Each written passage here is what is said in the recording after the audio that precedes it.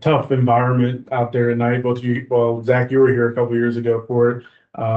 You guys kept answering their punches. Seemed like they're in the second half.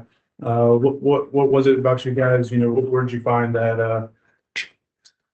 Where'd you find that inner desire, I guess, to stop their runs? I think it was all the players, none of the coaches, No, I think before the game, Kate and I look at each other and like this is what you dream of as a little kid. Like this is all these fans that sold out on the road. Like this is what you dream of, and it's supposed to be fun. So I think we had a sense of joy out there, and we were just like having fun. Like they punched, we punched back. Like it was a fun game.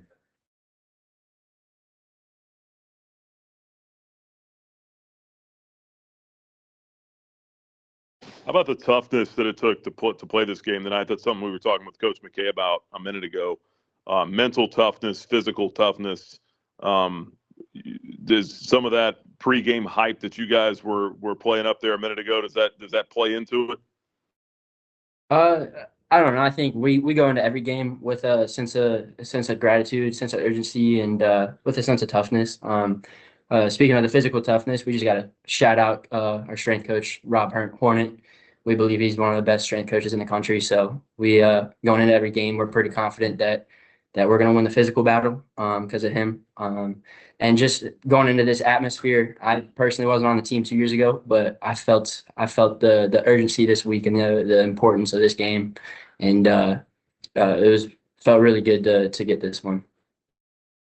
How about the plan tonight on Cottle and Woolley? It seemed like, I mean, Woolley got going there late, but I mean, you guys were able to do a pretty good job just not letting them kind of have their way with you guys. I mean, holding them under 40% as a team. Yeah, I mean they're really talented players, and they're gonna make some shots. Like we were going in there, and I think trusting our defense and trusting like the process of it. I mean, if they make a tough shot, we're not gonna get down and be like, oh, like what was me? But just being able to judge the quality of the possession, not based on if the shot goes in or not.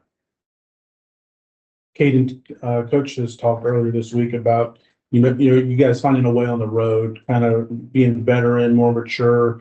Even the transfers, newcomers this year, they're been around a few times.